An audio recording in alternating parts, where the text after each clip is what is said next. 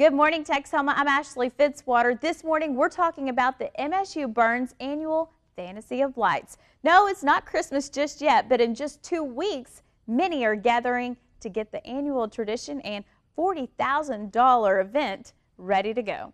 Randy Cannavale is here to explain more, and you are the chair of Fantasy of Lights. That's correct. Now, Randy, there is work behind the scenes That's right. making the big annual tradition all come together, That's correct? Right. We have a big work day coming up Saturday, October 6th, and it'll be at our Fantasy Lights workshop.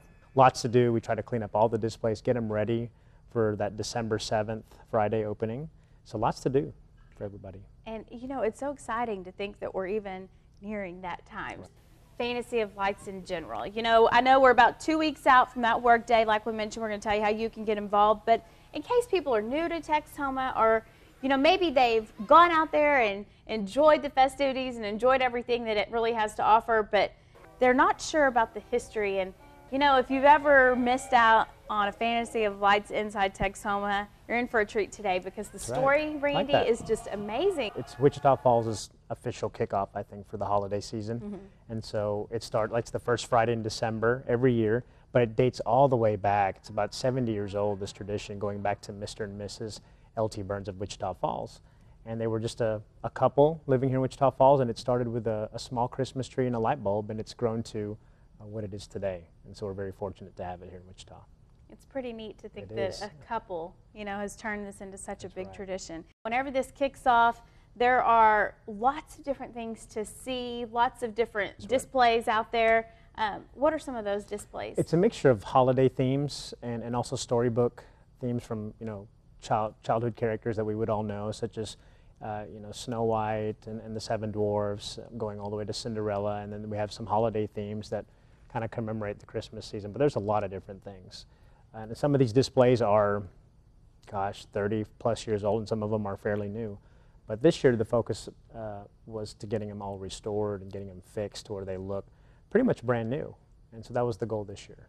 Is that something that takes time to really get them ready every year, or are there years you can pull them out and you put them on the lawn, or is it work every single year? It's work every year, partly because these displays sit outside for a month, and you know, as cold and as wet as it can get here in Wichita Falls, you know, weather takes its toll on it. So they have to be repaired, clean every year. And this year, because we're doing a repair campaign, we actually have been starting this since March. Wow. So I mean, quite a bit of time has gone into repairing them.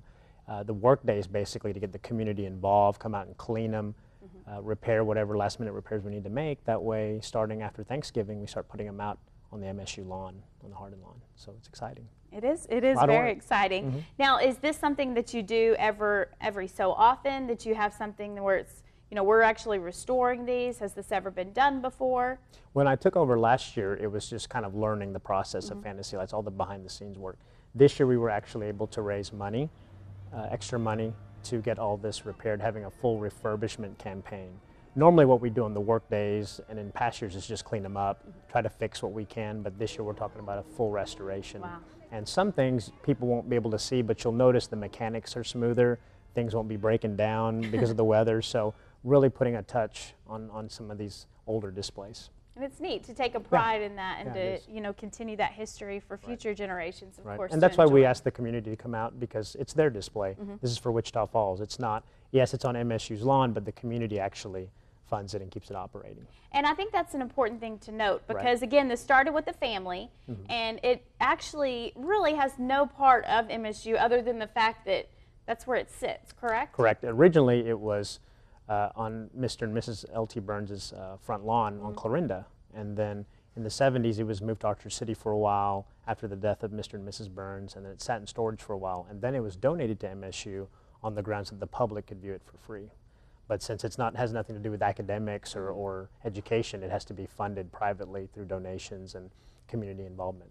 So although it is free to go through there, that's why you always see folks out there maybe with the boots helping to collect donations. The News Channel 6 has always taken part in that. And of course there's the box where you can drop off money or mail in funds, correct? That is correct. And then of course our donors and all the local businesses, they also adopt displays. All the different scenes out there are adopted by a company or family organization here in Wichita. If you're new to Wichita Falls, the MSU Burns Fantasy of Lights is definitely a unique holiday display of its kind.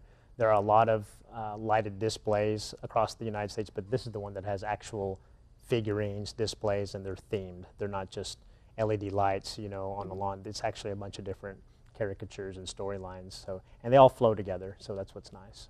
And I know we're going to talk about it coming up a little bit later, but there's a lot of new things this year, A lot of new things, too. That's right. So we'll get to that pretty soon. All right. Well, stick around. We need to take a quick break, but we'll be right back with more Inside Texoma.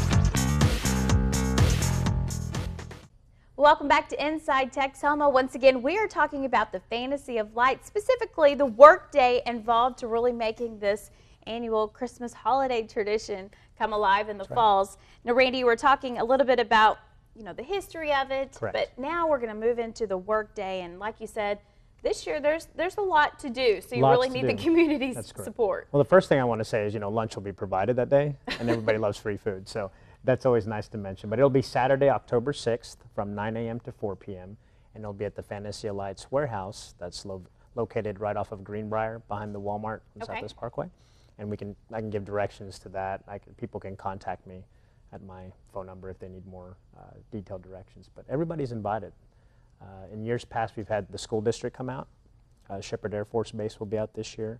There's a lot of MSU faculty and staff that come out and help, and a lot of students that come and help. So we really get the community involved. Are you needing a lot of people? I mean, is this something where maybe youth groups are watching, or, you know, parents with their children? Is there a certain age group? Everybody is welcome to come out, because we can delegate certain duties for certain age groups. And of course, the more adult volunteers, we can give them kind of the more adult type work, you know, like the heavy duty painting or fixing, or, you know, working with a drill or something like that. So there's always something for everybody to do at work days, And how important would you say these work days really are? I mean, if the community didn't come out, what would happen? It's crucial. This is our time to really get everything ready and find things that need to be fixed before December. So it's really important. Otherwise, if we put them out there and we try to make repairs out there, it's kind of like we're having to fight the weather. And the weather in Texoma, you know, is always changes by the hour.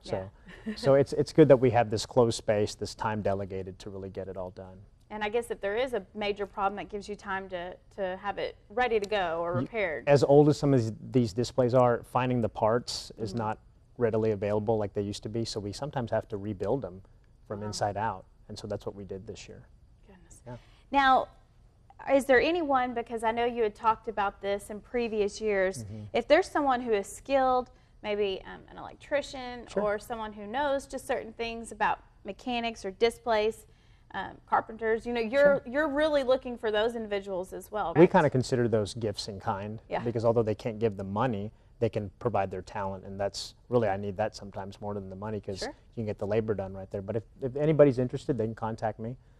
397-4786 is my number.